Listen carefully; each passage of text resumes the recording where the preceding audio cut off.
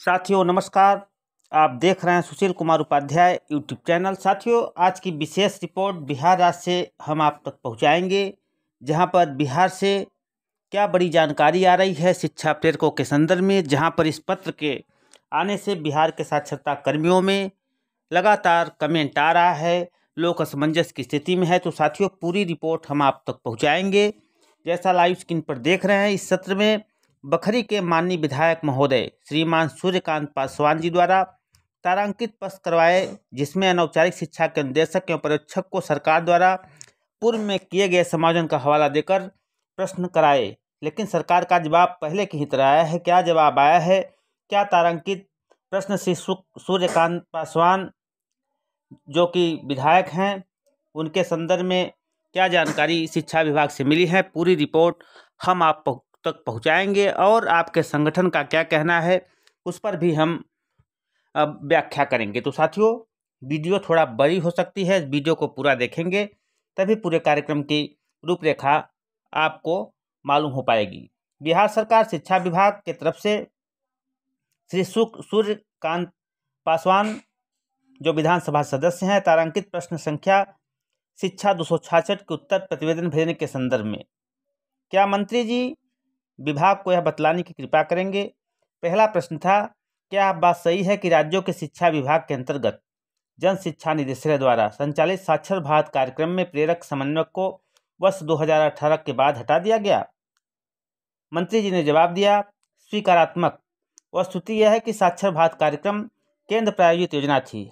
यह कार्यक्रम भारत सरकार के दिशा निर्देश पर चलाया गया था। भारत सरकार द्वारा इस कार्यक्रम को दिनांक 31/3/2018 के बाद विस्तारीकरण नहीं किया और योजना दिनांक 1/4/2018 को बंद हो गई। दूसरा प्रश्न उन्होंने किया था, क्या बात सही है कि पूर्व वर्ष में 2006 में माननीय उच्चतम न्यायालय के निर्देश के बाद अनौपचारिक शिक्षा कार्यक्रम के अनुदेशक और पर्यवेक्षक को विभिन्न विभागों में समायोजित किया गया था।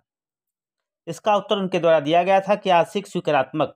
माननीय न्यायालय द्वारा पारित आदेश के अनुपालन में विभागीय संकल्प ज्ञापन 27 दिनांक 12/1/2010 के द्वारा अनौपचारिक शिक्षा कार्यक्रम में पर्यवेक्षक संकल्प ज्ञापन 945 दिनांक 27/4/2017 के द्वारा अनौपचारिक शिक्षा के निदेशकों का समायोजन विभिन्न विभागों में किया गया है। तीसरा प्रश्न था, यदि उपयुक्त खंडों के उत्तर स्वीकारात्मक हैं तो क्या सरकार 7 वर्ष तक साक्षर भारत कार्यक्रम में सेवा देने वाले प्रेरकों समन्वयकों को शिक्षा विभाग या किसी अन्य विभाग में समायोजित करने की विचार रखती है, नहीं रखती है तो क्यों। इसका उत्तर है अस्वीकारात्मक। साक्षर भारत कार्यक्रम केंद्र प्रायोजित योजना थी। राज्य सरकार के स्तर से इस कार्यक्रम के सेवामुक्त कर्मियों को शिक्षा विभाग या अन्य किसी विभाग में समायोजन का कोई मामला विचाराधीन नहीं है। सरकार के उप सचिव शिक्षा विभाग बिहार पटना की तरफ से यह पत्र जारी किया गया है। जैसे ही साथियों यह पत्र जारी किया गया, तमाम साथियों का कमेंट आने लगा कि अब कुछ नहीं होगा, लेकिन जिस तरह से आपके संगठन ने आपको विश्वास दिलाया है उस पर भी हम पर चर्चा करेंगे। उस रिपोर्ट की तरफ हम आपको ले चल रहे हैं, जहां पर लगातार आप लोगों के लिए संपर्क कर रहे आपके जो कार्यकर्ता हैं, जो आपके संगठन में लोग काम कर रहे हैं, उन्होंने क्या जानकारी दी है, इसके बारे में भी हम आपको बताएंगे। बिहार विधानसभा में माननीय सदस्य विधानसभा श्री सूर्यकांत पासवान के तारांकित प्रश्नों के जवाब में शिक्षा विभाग द्वारा जारी पत्र के संदर्भ में कहना है कि माननीय मुख्यमंत्री श्री नीतीश कुमार द्वारा वित्त मंत्री को फाइल दिया गया है। जैसा कि मैं लगातार आपको बता रहा हूं, आप प्रेरकों के समायोजन से संबंधित फाइल की स्वीकृति शिक्षा विभाग को दें। जब तक वित्त मंत्रालय से स्वीकृति फाइल शिक्षा विभाग को उपलब्ध नहीं होता है, तब तक शिक्षा विभाग यही जवाब देगा जो संबंधित मामले में दिया गया है। इसलिए धैर्य बनाए रखिए। आगामी 5 अप्रैल 23 तक वित्त मंत्रालय से हम लोगों के समायोजन संबंधित फाइल शिक्षा विभाग को उपलब्ध कराई जा रही है। तब हमारे माननीय विधायक सत्यदेव राम जी द्वारा विधानसभा में चर्चा के लिए प्रेरक मुद्दा उठाएंगे। तब शिक्षा विभाग द्वारा सकारात्मक जवाब हम सबके पक्ष में होगा। सारे काम प्रक्रिया के अधीन हो रहा है। आप लोग संघ के साथ कनेक्ट रहें, धीरज बनाए रखिए। यह जानकारी गौरी शंकर सिंह जिलाध्यक्ष सिवान की तरफ से आई है। इसके बाद भी जो लगातार कमेंट कर रहे हैं कुछ नहीं होगा, उनके भगवान ही मालिक हैं। आपका संगठन आपके लिए संघर्ष कर रहा है और जो भी जानकारी आ रही है पल पल की सूचना आप तक पहुंचा रहा है। आप लोगों की वजह से कई विधायक मुद्दा उठा चुके हैं माननीय सत्यदेव राय आपके लिए दिन रात एकत्रित हैं, लगातार संघर्ष कर रहे हैं और लगातार मुख्यमंत्री स्तर से भी आप लोगों के समायोजन के संदर्भ में वार्ता कर चुके हैं। सब कुछ हमारे पक्ष में जा रहा है। तमाम वीडियो आप हमारे चैनल पर देखे होंगे। तो साथियों, जो संगठन काम कर रहा है उस पर हमें आपको विश्वास करना पड़ेगा। एक बार मैं पुनः आपको ले चल रहा हूँ सीवान जिलाध्यक्ष की तरफ। क्या जानकारी वे दे रहे हैं, शिक्षा प्रेरकों से क्या अपील कर रहे हैं, उस रिपोर्ट को भी आप लोग सुनिए। निश्चित आप में जो है उमंग और उत्साह आएगा। साथियों, जिस तरह से संघर्ष जारी है निश्चित आपको सफलता मिलेगी। देखिए पूरी रिपोर्ट। आपका साथी गौरी शंकर सिंह जो दिन रात आप लोगों के लिए लड़ रहा है, क्या कह रहा है, देखिए पूरी रिपोर्ट। बढ़िया शैलेश भैया, नमस्कार। आप सब पहले बताइए कैसे हैं, ठीक होंगे?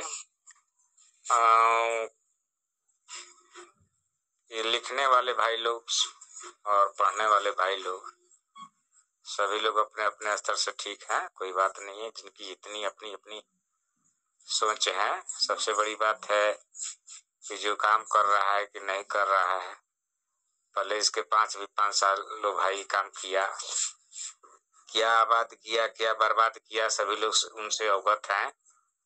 आज भाई लोग सब ठीक है, कोई बात नहीं है। हमें कहने का मतलब है हमारा कि हम अगर कहीं लिख रहे हैं, पढ़ रहे हैं, तो उसको पहले गहन से जांच कर लेना चाहिए। आपके माध्यम से, सत्यदेव राम के माध्यम से हम लोग जो पटना गए, सभी जिला अध्यक्ष लोग गए थे, सभा में आकर अपने मुक्त से वक्तव्य बताया कि हमने नीतीश कुमार से मुलाकात की और इस प्रेरक संबंधी समायोजन की फाइल को विस्तृत से दिया। मुख्यमंत्री जी ने सारे पेपर्स को करीब 5 से 10 मिनट पढ़ा और वित्त मंत्री को बुला करके उन्होंने उसको सुपुर्द कर दिया और अपने स्तर से उन्हें देखने और संयोजन करने की बात भी कही। जो बात सत्यदेव राम माननीय विधायक हम जी लोग को सभी मीटिंग में जिलाध्यक्षों को बताया। ये कहीं के भी जिला अध्यक्ष आएंगे, भाई लोग उनसे ये सवाल पूछ सकते हैं। रह गई बात की जो सत्यदेव राम जी बात कहे वो हम लोग पटना सुने और सबों को बताएं कि उनके द्वारा ये स्वीकृति उन्होंने हामी भर दिया और वित्त मंत्रालय को दिया। फिलहाल आपकी फाइल वित्त मंत्रालय के पास है। सत्र ये चलेगा 5 तारीख तक। तब तक उसके उपरांत सत्र के खत्म होने के बाद वित्त मंत्रालय जिस विभाग को देना होगा, शिक्षा या कोई, उनको देगा।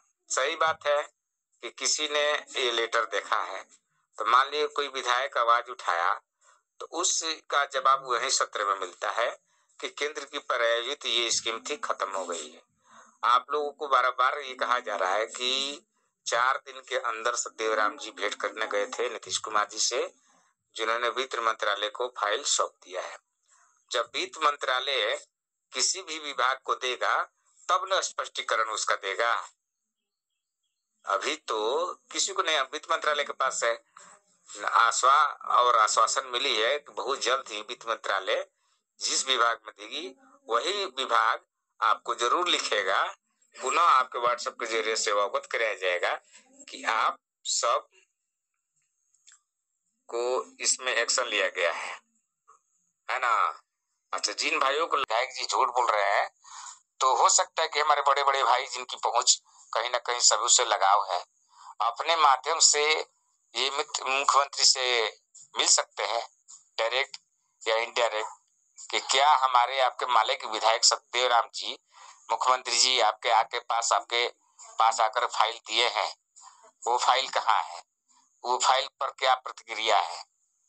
चाहे उनके पास जाए या चाहे वित्त मंत्री के पास जाए, जब ये भाई साहब अगर सोचते हैं कि हाँ हम जो लिख पढ़ रहे हैं ठीक है, सबको लिए हित हो रहा है, कौन लूट रहा है, कौन क्या कर रहा है, 5 साल पहले किसको कौन ठगा, ठीक है, वो अच्छी बात है, किसी को पैसा व्यर्थ में नहीं देना चाहिए। लेकिन जब 3 या 4 महीना से जब सब लोग मिल करके नेगेटिव को पॉजिटिव स्तर पर लाया, तो अपने माध्यम से सत्यदेव राम जी के पास जाए, उनके पास चाहे न जा सकते, हो सकता है कि सत्यदेव राम जी झूठ बोले, तो वित्त मंत्रालय के पास जाए, पता करें जब प्रेरक संबंधी फाइल आपके पास आया है तो आप क्या कर रहे हैं, चाहे आया है कि नहीं है। जब नीतीश कुमार से के पास जाए, हो सकता है कि दोनों बात कहीं झूठी हो जाए तो बखूबी लिखे। तो हम यही कहेंगे कि भाई साहब थोड़ा सा सब्र कीजिए, 10, 15, 20 दिन सब्र कीजिए।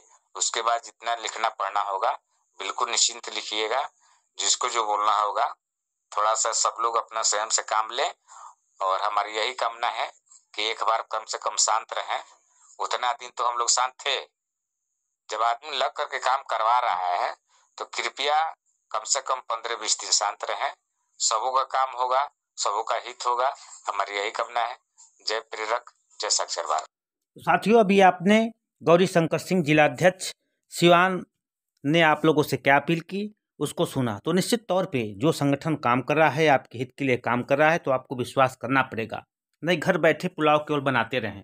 जो संघर्ष कर रहा है उसका सहयोग दीजिए। 100% आपको सफलता मिलने की उम्मीद जगी। साथियों धन्यवाद, नमस्कार।